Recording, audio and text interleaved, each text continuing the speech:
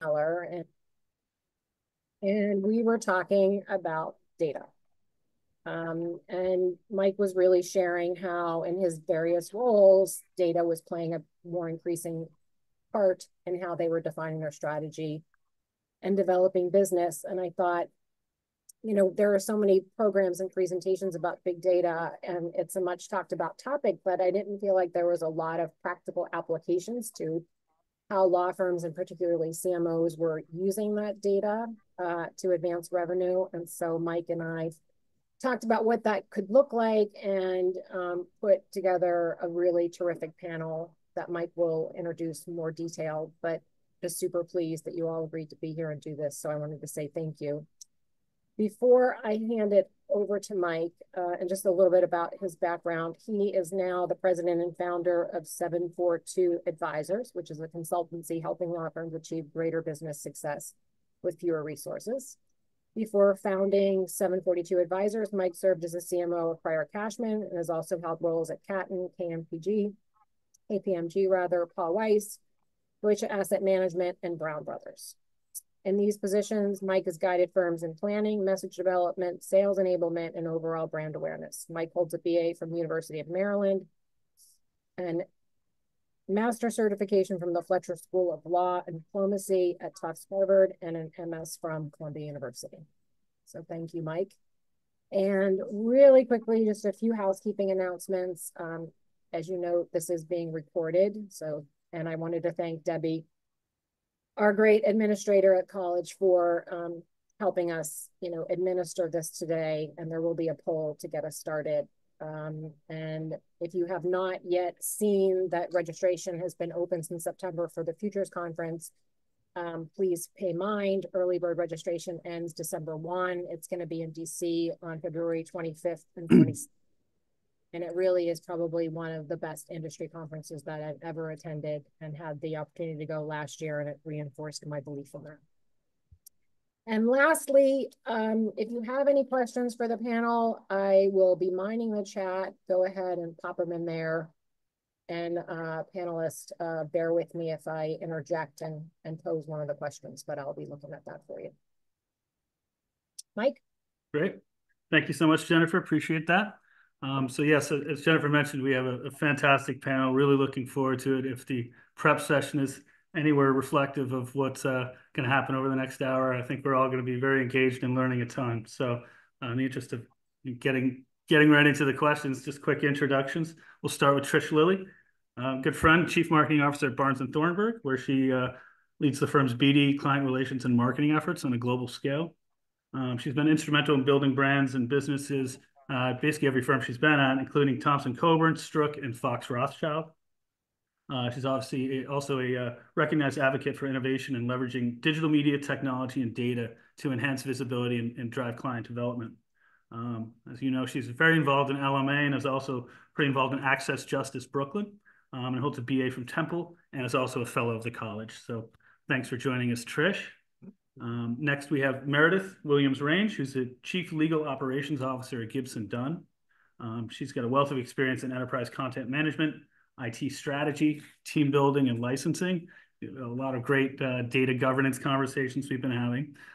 Before joining Gibson, she led initiatives at firms such as Baker Donaldson and Sherman Sterling.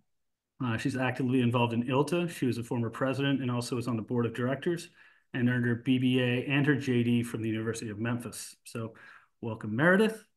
And last but not least, former colleague and friend Luke Ferrandino, who's most recently just named the new Chief Marketing and BD Officer at Skadden in New York City. Hasn't started yet. He'll be overseeing the firm's BD communications and marketing goals and strategies, including client retention and growth, alumni, and brand awareness. Most recently was at Paul Weiss, and has also been at Fried Frank, Davis Polk, and Sherman. And he holds a BA from Gettysburg and an MBA from Fordham. So lots of accolades just listed there. We're very excited. And before we begin, we were just going to jump into a few polling questions just to get a sense of kind of size, different areas that folks are in, so we can tailor our responses a little bit. So we got 4 questions there. We'll get those done quickly and show the results, and then we'll dive right in.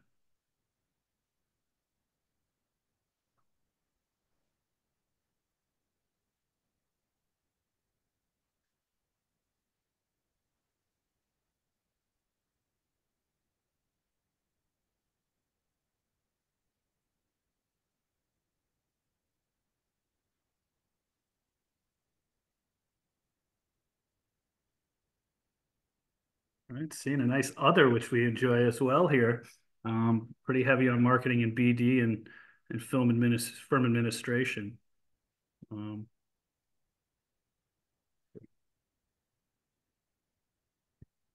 Right there. Seem to be in the under 250 group.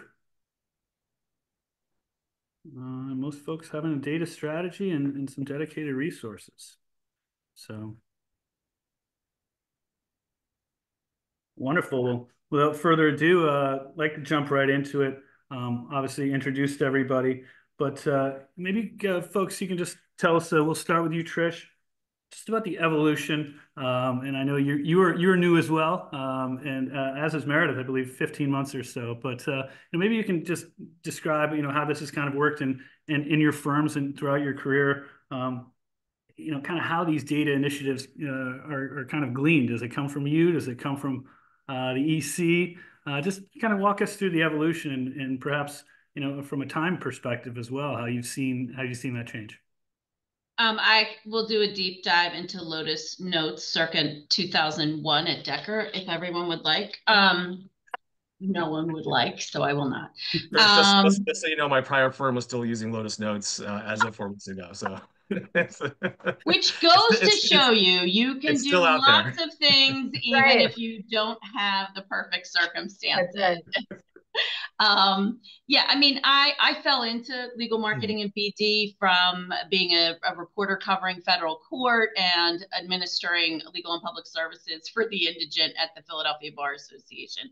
So I didn't come to this with a formal academic background, and I was always drawn to the data because it helped me to make sense of things. So from my personal standpoint, that was an area that I liked. I also got tired of lawyers saying, oh, we get all of X's litigation, all of X's corporate, all of X's whatever. And it's like, that's a cool fever dream that you live in. But the reality is, and so I would go to the data for that. I always found that it would take emotion out of conversations. And that way you could really be much more pragmatic and realistic about what it is you needed to do in terms of making a client stickier, client retention, acquiring new clients. I know that's the title of this, but so much of this feeds either client retention and or expansion of the work that you do together, or maybe it's some creative programming. I think that though, and I don't want to go too far afield, Mike, and I obviously will, so rein me in, but we've seen it evolve where I mean, initially it may have been me more or a couple like data nerd partners or whatever, but I really think the last several firms that I've been with, so much of it comes from leadership. If they're paying attention to the industry and they know what's up and it's become so competitive, they're focused on, they understand that they need to understand their clients. They need to know what the challenges are. They need to be tracking what it is that they're doing. They're engaged in client feedback and extrapolating from that feedback information that can then be deployed in different ways to fuel client retention strategies, client expansion. Maybe it's service offerings, right? It can do all sorts of things, but you don't know what you need to do necessarily until you get the data together and take a look at it. I'll stop there. Great. Meredith, anything, any differences there for you? Or yeah, I'll add in. So I come from not a marketing and BD background. I'm just going to lay it out there. I'm not that person, but I get to work with some of the best in the world throughout my three firms for sure. So I fell into data because I left practice to become kind of a CKO, and then data becomes your bread and butter in a sense when you're looking at that. Today, I serve as the Chief Legal Operations Officer, so I get to look across the entire firm and figure out how everybody uses data. And data, as I like to say, is the biggest asset that we have, or one of the biggest assets that we have, but it's also one of the biggest liabilities that we have because everybody is trying to get to that data. And that data is going to tell everybody, good or bad guy, the story of the cases and the files and the experience that we have and the people that we have. And we have to do all that we can to harness that, but also to protect that. And there's both sides to that conversation around our data. It's funny because I use a lot of analogies of data as the oil of today or the bacon or whatever you want to call it. Whatever your analogy is, feel free to use it. The problem that we all face is that not everyone has always seen the benefit of hygienic data, especially from the electronic perspective. And I walked into 3 different firms and I've looked around and said, oh, we've kept that for 40 years. Why have we kept that for 40 years? And the answer is because we keep everything for always is not the answer any longer. And we have to be very strategic about that. Where I have seen data strategies being most successful is where you have both the grassroots need for data as well as management understanding of how big of an asset and liability it can be. And we can talk about the strategy and how to go about that, but that's really what I would just add to that is it's both, you have to harness it, but you've got to govern it appropriately or it will end up very bad for everybody involved. Anything to add there, Luke? Nothing to add, Mike. All right. No, just kidding. So really just reinforcing everything that Meredith and Trish just said. So I've been in legal marketing for about 25 years, and my first BD job was at Davis Polk, and it's just a very different time, at least in kind of the big kind of New York firm environment. And the departments back then were pretty small, and the roles were I would say transactional, like doing a lot of press releases, and back then I was signing hard copy press releases and faxing them out to reporters, doing a lot of pitches and chamber submissions and things like that.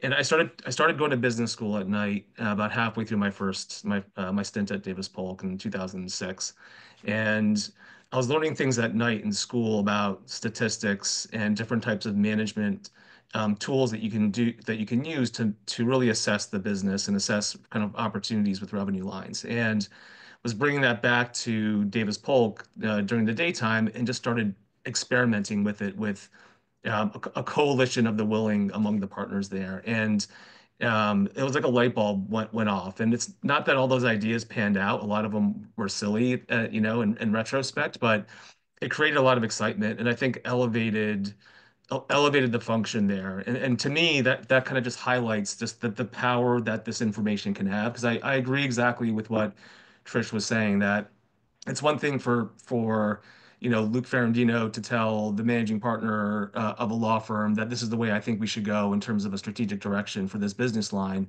But when you're backed up by several reams of like key data points that really reinforce that strategy, it takes on a whole new meaning. And the days in the marketplace where strategic direction was really kind of whichever way the wind was blowing. Leadership in the firms are much more savvy. They expect this stuff now. It also positions BD teams and marketing teams, I think, for a much bigger seat at the table to help inform and guide strategies, not just at the firm level, but really at the tactical level too. Yeah. Couldn't agree more with you there, Luke. We're just going to stay with you for a second here. Describe, kind of the toolkit. What's the foundation of it? Do you have kind of source? Is it always the financials, or that kind of a hub and exposing out? How does that work? So to me, talk to me about the access as well. Yeah. So to me, the core kind of areas of data that I think are foundational are relationships. So the breadth of the firm's connections to clients, prospects, referral opportunities, and just kind of others in the industry. Experience, the firm's resume and what it's done and what it can do. Activities, so the things that the partners or attorneys are doing, profile raising, pursuits, anything kind of public and kind of business development related, tracking all of that information, and then financial. And there's kind of subcategories within each one of those buckets, but that to me really is the core. And outside of the financial data, from my experience, it's always been a shared responsibility keeping that data as clean as possible. We all know the truth is that it's never going to be 100% clean, and but you should have a degree of confidence in the data. And what I'll say is that if you don't, then it's really important to focus on how you can fix that. And I think one of the mistakes that firms often make is that they seek out fancy new technologies and the whistles and bells to try to fix, to fix ultimately what is a process problem. And I remember my first stint at Paul Weiss, and Mike, you were there for some of this. It was a fire drill. Those first couple of years, it was a fire drill every minute. There was no confidence in the experience platform. There was no confidence in the relationship information, and it just created chaos. And Mike will remember that we spent like 2 years. Like I spent a huge chunk of my time just really focused on fixing the experience platform and improving the relationship management platform. And it took a lot of time, and it took gaining buy-in from different quarters of the firm, not just operational folks or people within the business development infrastructure, but the lawyers themselves and their administrative assistants and other departments. And once we got there and there was confidence in the information, everything changed. It set the department up for everything that it would do later on. And more than anything else, it just builds trust with the attorneys. And that's so important to be able to do all the fun things that we want to be doing in our careers, helping to guide practices to bring in new clients or to launch a new strategy, white space opportunities. Like it's hard to do those things if the lawyers don't trust you, because you can't produce kind of the stuff that keeps the trains running on time, the pitches, the submissions, those things. So really, really encourage everyone to take a hard look at your platforms and systems and do whatever you can to invest in them in terms of time and resources to get them where they need to be. Thanks. Yeah, the seat at the I would table. just to piggyback on what Luke said. I mean, I think some of it is because we heard that many of the folks on the call are at smaller organizations, so maybe don't have as large a budget or as many tools or whatever else. It really is it's the data integrity that is so important, because you want folks to trust the data that you have. I love that my CIO is like, she's like, the world runs on Excel. I mean, it does, right? So at Fox, as you did, Luke, I was there for 10 years. So much of the time was spent building this foundation and figuring out the data, how to manage it, how to slice it, dice it, all of that stuff. Because you don't want to go out and try to sell your services internally and not be able to deliver. I mean, I'm in that position now. So I think one thing to take away is just start small, pick a project, whatever else. And I know that sometimes I have heard my peers or others say, why do we have to be the custodians of this, or why are we? It's a great position to be in when you are information central, when that trust is there, when you're the go-to. And I think as firms grow and get larger, and that may not be the case, we've got some mid-sized firms on here too, but that data needs to be somewhere, needs to be kept and cultivated and, TLC. So why not with you? Job security, if nothing else, right? Exactly it. Well, I think it's a great point, Trish. So I guess two things on that, which is, you don't need like fancy systems. You don't need fancy technologies to do some of this. Like you can do this in spreadsheets. Like if you're a smaller firm and you don't have a lot of resources there, I think the most important thing, frankly, is the process. The processes around data collection and kind of creating, a group of people who will be responsible for that is the most important thing. And there are systems that can improve that and can enhance those processes for you. But starting with the process, I think, is really key. And then two, in terms of ownership, so from my experience, like it is a collaborative effort. Like the frank truth is, two things happen when you control the data. One, like you are accountable for it, right? So, if you're working on, again, like a pitch and like you're missing some experience, like you don't want that to be the responsibility of some other department or some other person. Like that is your job to make sure that information is available and accessible. Now it's often a partnership between teams like Meredith or other groups within the firm, but to me, kind of the buck stops with the BD team on those types of things. But you also learn about the experience by being in it, right? So as you enter this information into the systems and your like junior team members or mid-level team members or whoever's doing this, the information just seeps into your brain. So you have it for recall, for conversations with partners. Like you understand the business better. I mean, that's really how I learned the business. I spent so much time working on those types of projects early in my career. It kind of lays the foundation for everything. So it's something that really shouldn't be overlooked, and there's a huge benefit to spending the time doing it. Absolutely. I'm going to add a couple of comments to this topic, which is we've talked a lot around what I call the offensive information of how we're going to go out in the white space and understand that there's a lot to be said for the defensive information as well. Can and should we be taking on work? And if we represent technology company A, are we adverse to technology company B? And understanding the conflicts issues, the business ethics issues, all of that is very, very, very critical sets of information that has to go into this. As I like to say, it's great if we're going to pitch that and understand that that's a white space that we're going to go after. But if we have completely screwed up the work that we've done for them already, they're not going to listen to us adding to that panel representation that we have. So there's the elements of understanding the work that we do have, understanding how we've done it. Have we been successful? Are they happy? Do they think that we're successful? Not just do we think we're successful, thinking about what Trish said earlier. A lot of times we live in the dream world that we've been perfect all the way along. No, we haven't. And asking some of those questions, whether that be in an interview with the client or otherwise, but digging into that relationship and understanding that and understanding what we can and should take on as work is just as important as some of the additional elements. I agree with everything that Trish and Luke said, the relationship, the activities, all of those elements are so very critical, but you've got to have the flip side. On the access point, I want to make this very well known. You have to be really careful in the access to information within organizations. And I go back to the bad guys are getting better and better trying to come into all of our networks every single day. And I won't discuss, the fact that law firms are in the top 10 for businesses trying to be hacked every single day. It's very important for us to understand that we have issues with walls and ethics and conflicts and other things. And when you have people having full access to understanding all the parties and the details of a matter, we have to be really careful around how that's governed. And that's why it's very important.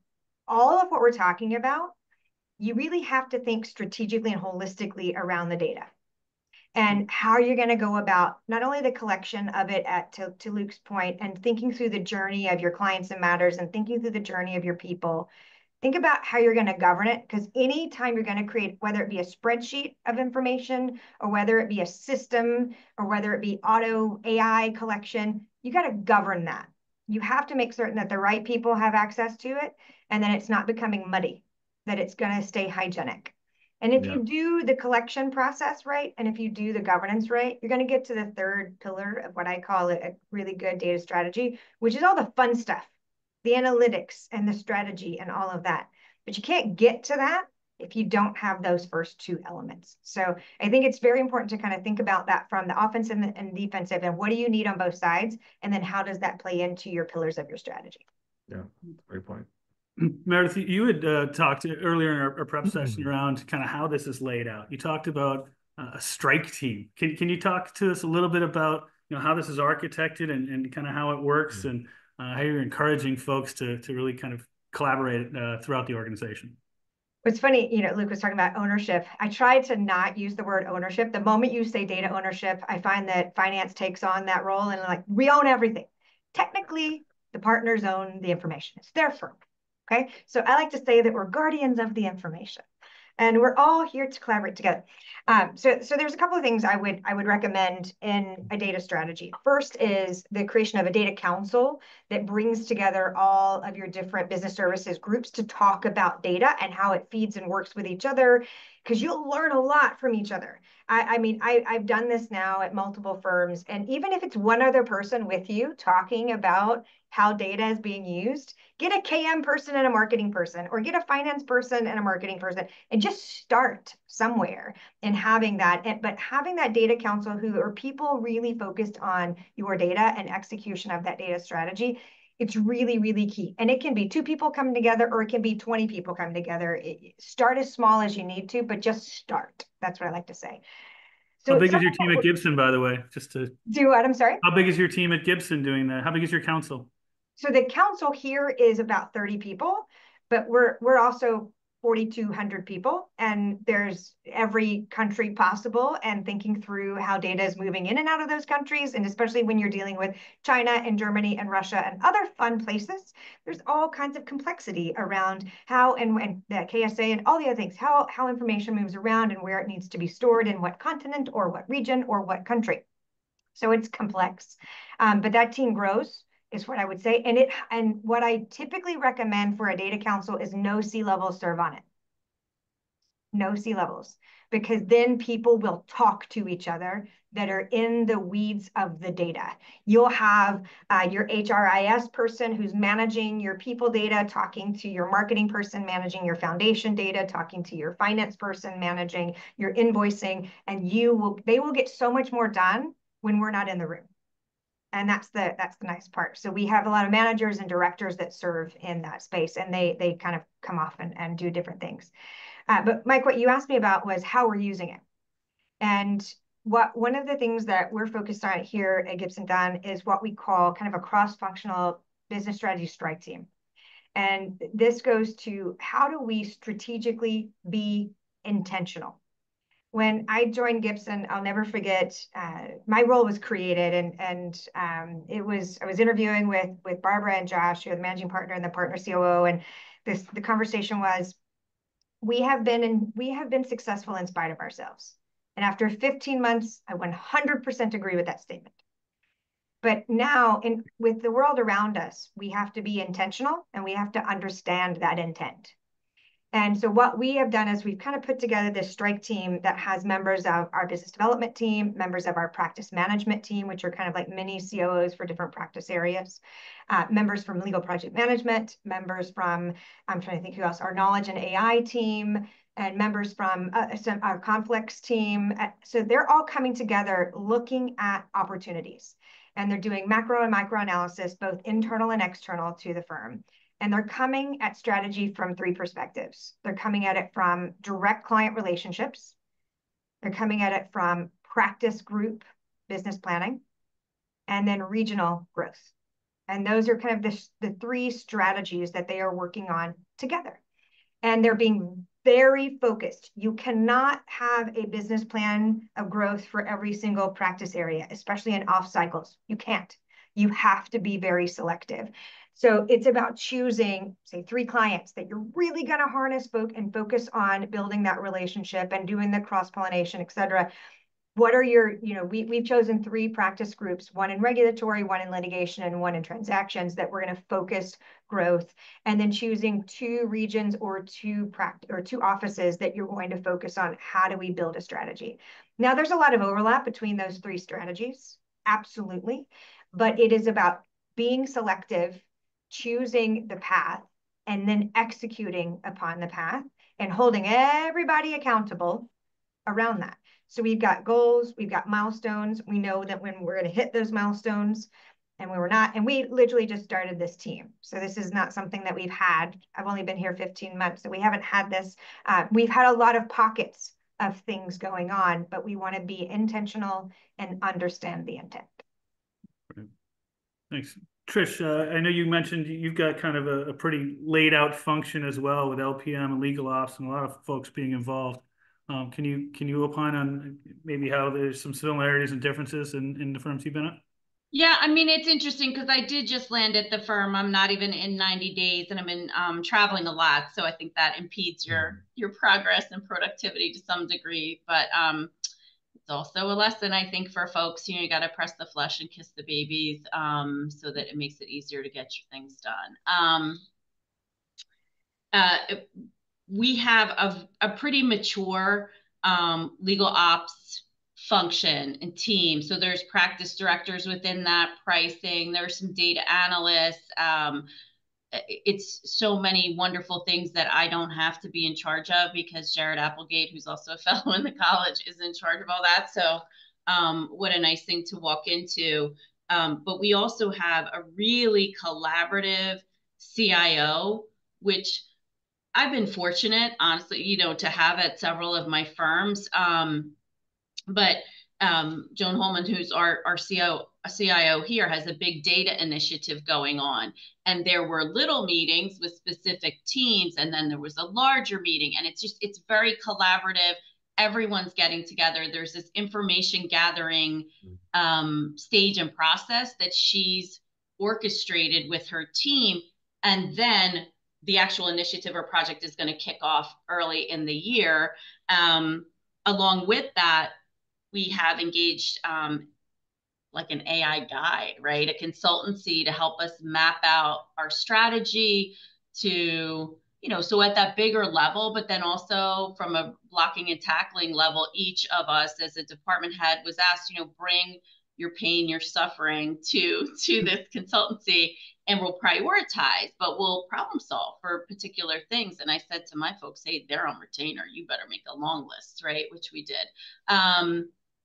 And I think that can go to some of the data stuff too. I mean, I just think with all of this, it's only as successful as the collaboration is across the teams. I feel very fortunate I've landed somewhere where there's a good deal of collaboration, information sharing. I worked at a firm where I used to joke that the head of knowledge management was the head of knowledge hoarding. I mean, it was so frustrating because you really want that rising tide to lift all boats. I'm not Mother Teresa, but I do generally have the firm's overall health in mind. So I don't want to belabor the point. I just think it's really, don't be territorial, I mean, put your guard down, collaborate, bask in somebody else's glow. It makes things get done much more easily. And I have found, at least with Jared and myself, we collaborate. He'll say, hey, I'm looking at it, putting a title in my team that might sound as if it could sit in your team. And I'm like, I don't care. He's like, but I just want to make sure. So that extra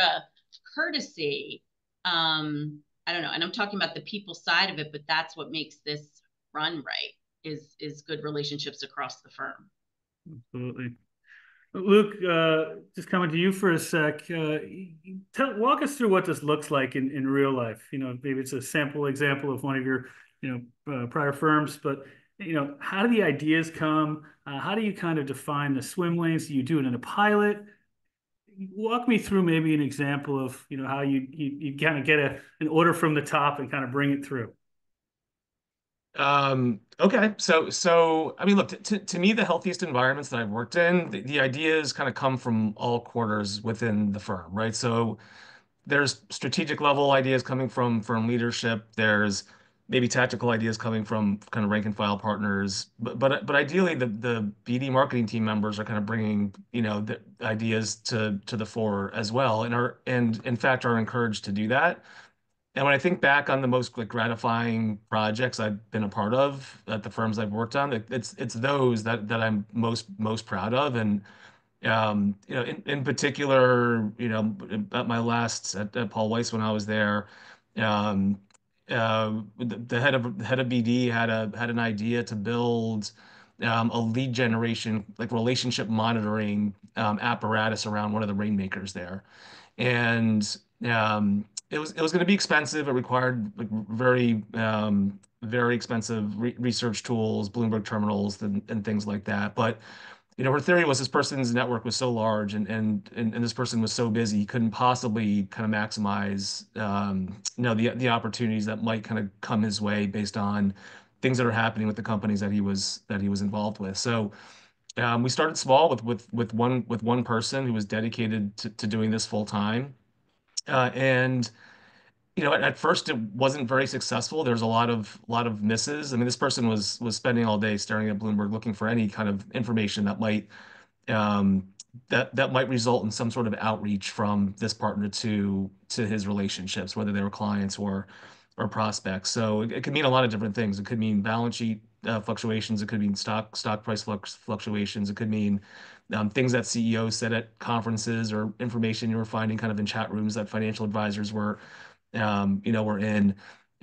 So the universe of information started off to be very, very big, but the partner was very willing to work with us. So like that to me is so important. Finding someone who is really willing to invest the time, sees the value in it and is willing to kind of work with you to kind of chisel away at this kind of rough idea, which is, a block of marble at first, but as you start kind of, pecking away at it, it starts to take shape and become ultimately, I think, something like really beautiful, at Paul Weiss. And that over the course of 2 years turned into a really successful pilot program.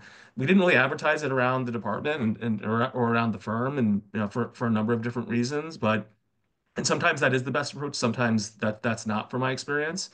But it kind of blossomed slowly from there. And then we're covering 2 partners and then 3 partners, and the team grew from 2 people to 4 people to 5 people, and I think it was 15 by the time I left the firm. So and then it became more of a public thing within the firm. The leadership became aware of it, was willing to invest more money into it. So that was something that started with a team member who saw an opportunity, had a partner who would benefit from it. Invested the time and energy to build this thing on top of regular responsibilities, and that's often what these things take.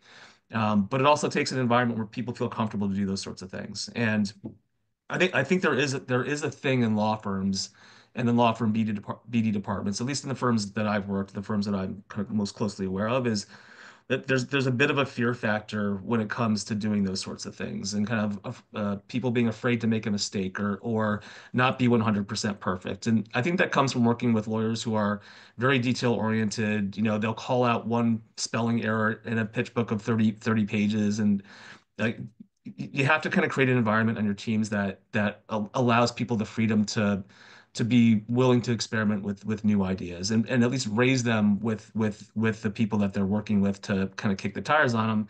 And in my experience, doing small pilots always works. Like either the idea works or it doesn't, and you kind of give yourself an allotted time to evaluate it.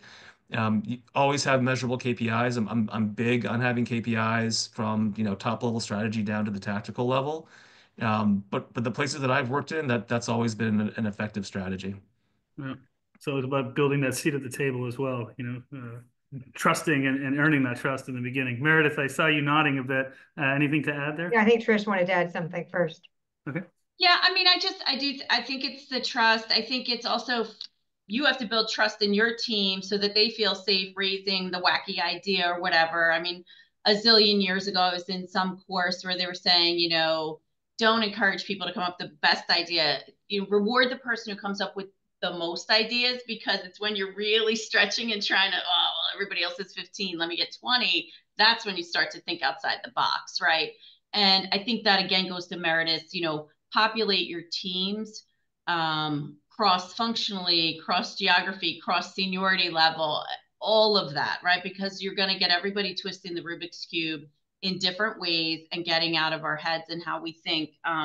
So I think that's really important. And I'll put myself out there as being, a thinking in the box sort of person with one issue. When I got to Fox Rothschild and I had been at Duane Morrison, we had all kinds of global offices and whatever. I get to Fox, it's only offices in the US, and there's somebody who runs the international practice, and I'm like, that's cute, whatever.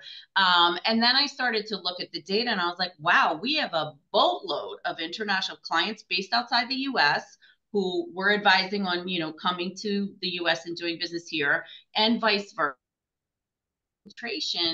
Of Israeli clients, we ended up parlaying that into an annual Israel business conference that we ran in Tel Aviv that generated significant revenue and new clients in the first half of the day for the first summit, whatever. So, as soon as you generate some revenue, everybody stops being so difficult to deal with. But so I think we have to get ourselves out of our own heads. But as Luke says, it's like you work on something for 6 months, you hand it to a lawyer and they go, why is it blue? And you go, well, we can make it orange, we can make it red, we can make it purple. And they go, but why is it blue? And you're like, oh my God. So, you have to help them help themselves too.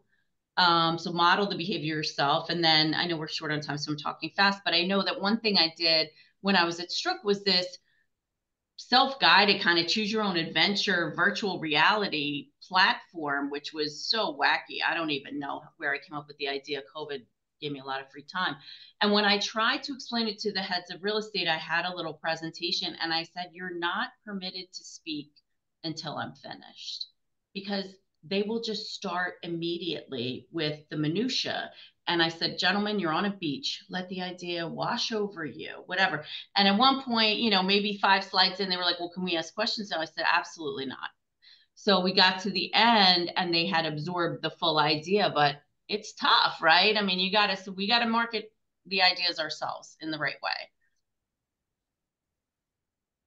Great. Meredith?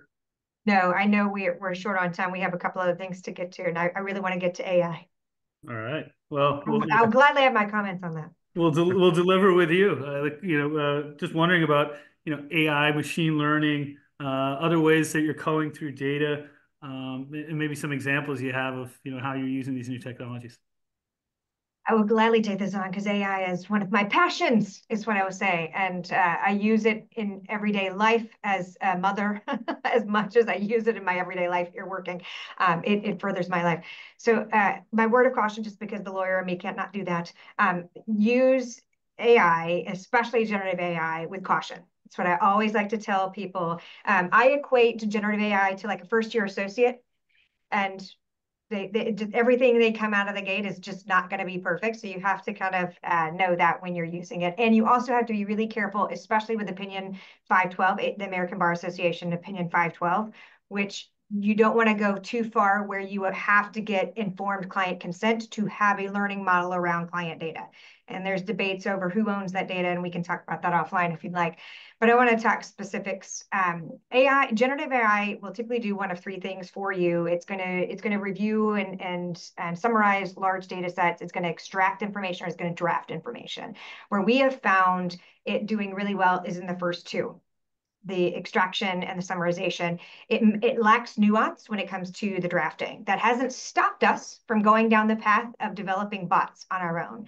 So we created a number of critical partnerships in this past year. One is with Microsoft. My CIO he was an executive at Microsoft, and that was very intentional to create a relationship. So we have Azure AI built within Gibson Dunn, where we can create our own bots.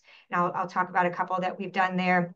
But we also have cultivated and relationships with Harvey AI, as well as Thomson Reuters Co-Counsel, as well as Latera's Dragon. So those are the kind of the four critical providers of generative AI that we use for different purposes. The bots that we've created, we actually created a pitch generation bot, is what we did. We took years and years and years of past pitch data. We did not connect it to our experience data for intention, because the data is not as hygienic as we want it to be. The moment you put that into generative AI, you're going to get unhygienic answers back.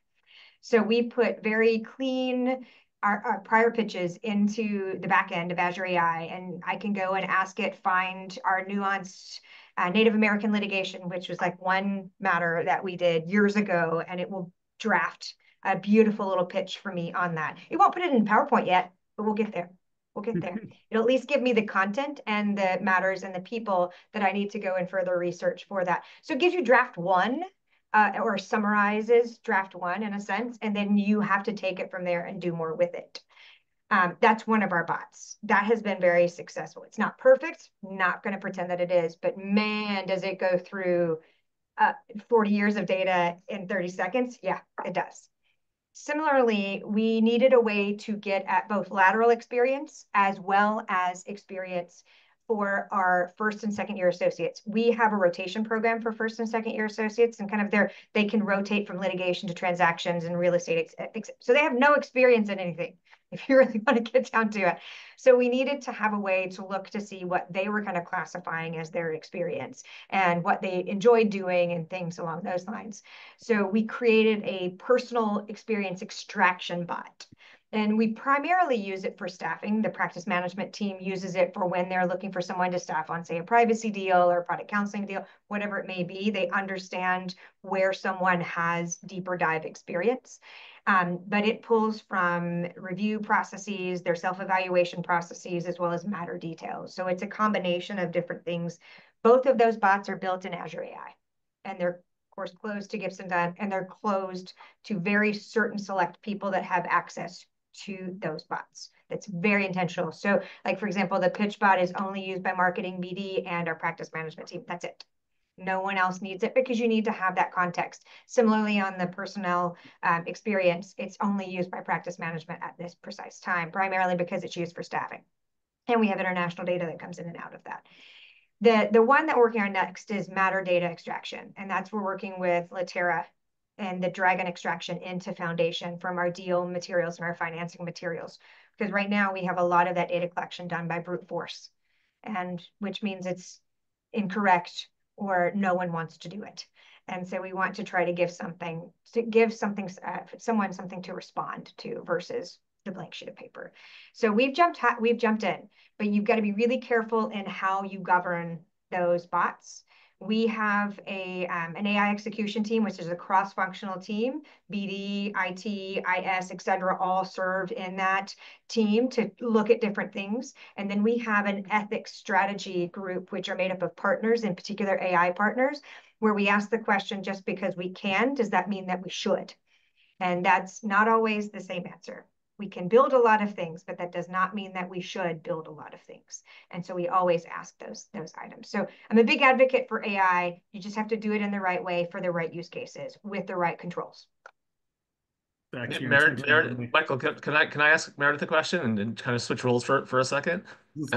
So that is fascinating to me, Meredith, what you're doing, and I think probably pretty advanced for a lot of firms. How especially on the pitch generation tool, how are you managing the data sets that the bots are extracting like experience from or previously generated content for materials? Do you have to kind of curate a separate set You have of to curate that.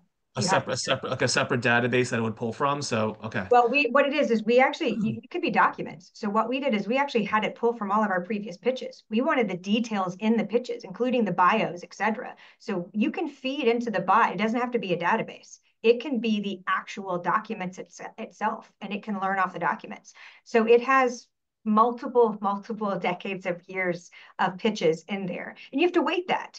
So one of the things we did when we created the bot is it'll generate what it wants to go into the pitch, and then it will link you over to the actual pitch documents that it pulled it from. So you know how old it is, the people that were involved in the creation of it, the people that were involved in actually pitching the work, all of that type of stuff. So you can say, oh, you know what, the content's right, but that's too old, I'm not going to use that. Or, oh, that person's left the firm. So it's curated down, but you can learn off of a database. It can also learn off the documents themselves. Yeah.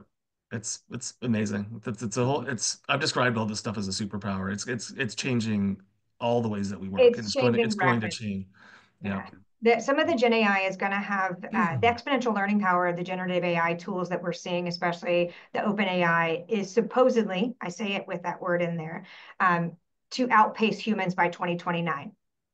Not 21, 29, but 5 years from right now. Yeah. And does it get the drafting right? No. Does it get nuance? No. But man, can it consume data and extract out things? I use Copilot every single day just in taking transcriptions and drafting communications. I use Copilot to go through OneNote and extract out agenda points. It's going to alter the way we function as humans as much as it's going to alter our businesses. Yeah. Absolutely. Thanks, Luke. Question from the audience, which is a great one. And probably best directed right back at you, Meredith, which is, are you getting requests from clients to invest in AI programs? Is it a specific? I know you talked about these 4 different providers. Is there kind of one dedicated to that, or? No, so I would say yes, and you have to be really cautious with the investment that you're going to go down the path. Now, I also sit in a seat for a law firm that represents a large amount of technology and AI companies. I'm not going to pretend that I don't, so I have a unique client base in the ask. So I sit in on a number of relationship conversations where we're talking 2 sides. One, we're talking about can we, as your lawyers, use the AI to further the work that we're doing for you? That's always the first question. I had a meeting 2 weeks ago with a general counsel and very large client, top 50, and said, I want to see AI in every legal strategy that comes my direction, especially on litigation. From this point forward, I want that. And I said, great, let's talk price. Let's talk about how we're going to price for that. Because if something goes from 10 hours for an associate down to 30 minutes, we got to get that pricing right. The other part is the harder conversation. So using it is one thing. The other part is, can I use your data to teach my model? And that's a harder, more complex, more nuanced conversation.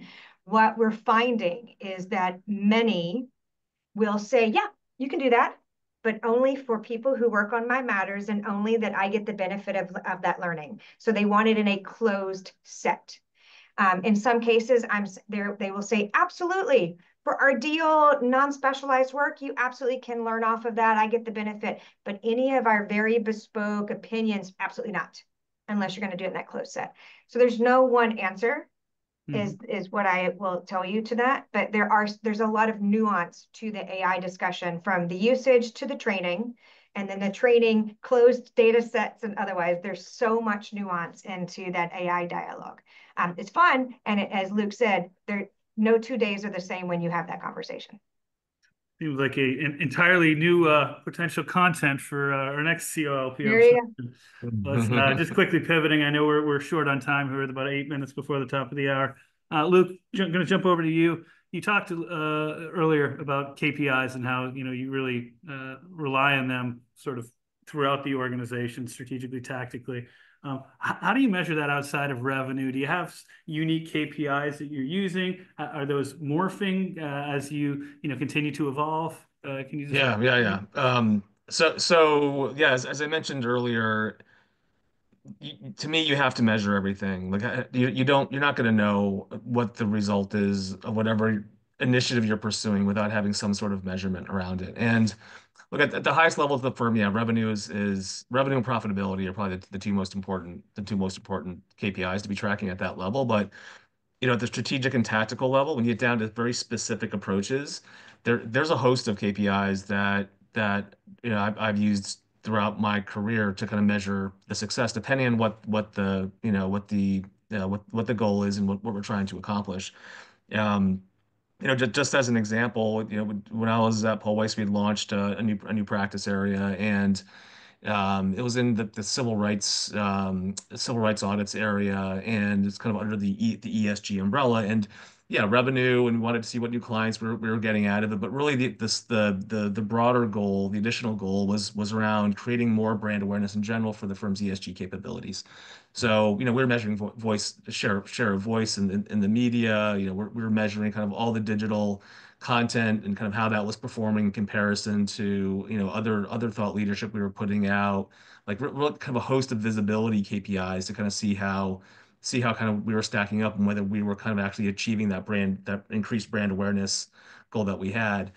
In general, like departments that I've worked in, like Mike knows this about me, like I'm a total data nerd. Like I want reports on everything. Each one of the key functional groups that I work with is responsible for producing a monthly, weekly, quarterly, biannual, annual report on kind of the core goals of their function.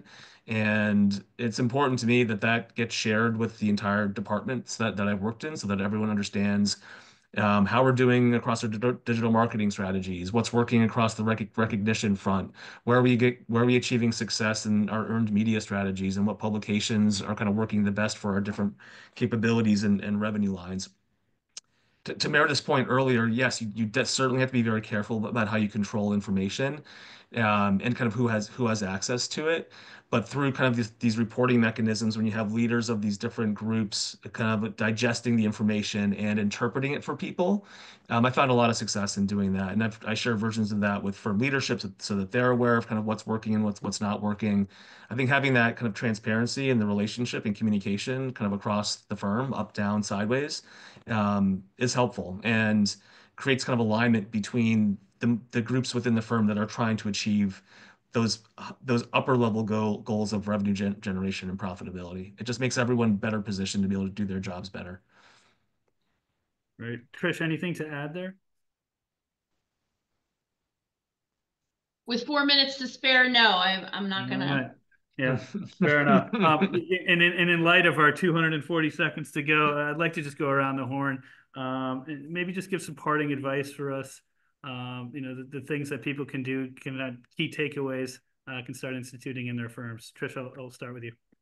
I would just take away that not everything is a Tiffany box with a beautiful bow on top of it, and nothing aggravates me more than when I go to something and there's some CMO from the dais acting as if they have everything all sewn up. None of us do. And again, Excel, a willing partner, a clever idea, it's not brain surgery, or I couldn't do half of this. So, just think outside the box, sample it, like Luke said, a little pilot program, to the point of just getting your people to think outside the box. I'm always like, come up with 10 ideas. I would rather they proffer 10 ideas and 9 are absurd to me, to a partner, to a practice head. But one maybe is a little bit different and takes hold and we get some traction. Maybe we have to refine it a little bit. But I would just encourage that creative thinking. And a lot of times I'll turn to other industries to see what they're doing. Forget professional services. Look at Legos, look at toys, look at whatever. Just get yourself percolating to flip things around and look at things a little bit differently and how you might put a small use case in play. Meredith, any parting thoughts for us? I agree with everything that Trish just said. Just start. Start with an Excel spreadsheet. Just start. It doesn't have to be boiling the ocean. It doesn't have to be something large. Just start. Take that first step to try something. And I think you will, my mantra when I was a young associate and especially when I was a young CKO is just excel with excellence with what was in my control. And man, that will take you so far. If you just start, it can be an Excel spreadsheet, whatever it doesn't matter. Just start. Find a friend. Find a cohort. I have been very blessed in my career, and I see a lot of faces on this screen that I'm very blessed to call friends that I can pick up the phone and say, how did you do this? Because I don't know what to do. And that is such a critical thing is that. And the last thing I will say is, we have to stop trying to use technology to solve process and people problems. We have to stop. We have to stop doing it. And so often we do that because it's an easier route than saying, oh, that's not the right person to do that, or that's a really bad process. So those are my 3 tips, I'd say. Great. Yeah, I'm all about 1%, get 1% better a day. You don't need to measure 20 KPIs if you're not using any of them, right? If you can only have the capability to change 2 things, measure those 2 things and do them well and move on. Luke, your final 2 thoughts here with a couple minutes to go. I think Trish and Meredith really covered it. I mean, I guess the additional thing that I'll say is, just don't be afraid to experiment. That's kind of been a theme that we've been talking about this entire panel. And no matter what kind of firm you come from, big, small, medium, how many people are on your team, how much, what your budget looks like, there's always opportunity. From my experience, there's always opportunity to innovate and do things differently within the firms you're working for. And look, communicate across your platform, share and celebrate the victories and the successes, and acknowledge what didn't maybe go as well with some of the ones that didn't work out quite well, and try to figure out how to recalibrate things. So what's really nice about this community, from my experience, is that, everyone is very supportive. We're all trying to kind of take strides and kind of push this industry forward and to accomplish new things within our firms, but really across the broader industry. So, as Meredith said, leverage your buddies, dial a friend when you need help, and I'm sure people will be willing to help. I certainly would be. Right. Thanks so much. We do have a couple of polling questions here at the end, just to gauge how you guys enjoyed it and what we can do in the future to help improve the content. Jennifer, any closing thoughts? No, I just want to thank you all for the gift of your insights, which, as you all just said, I think is unique to our community. So really appreciate you sharing, and great job. Great. Well, thank you so much. Panelists, really appreciate your time. Thanks, Debbie and Jennifer, for helping pull all of this together. And thank you so much for joining. We'll see you next time. Thanks everyone. Mike, Debbie, and Jennifer. Thanks, guys. Bye-bye. Bye.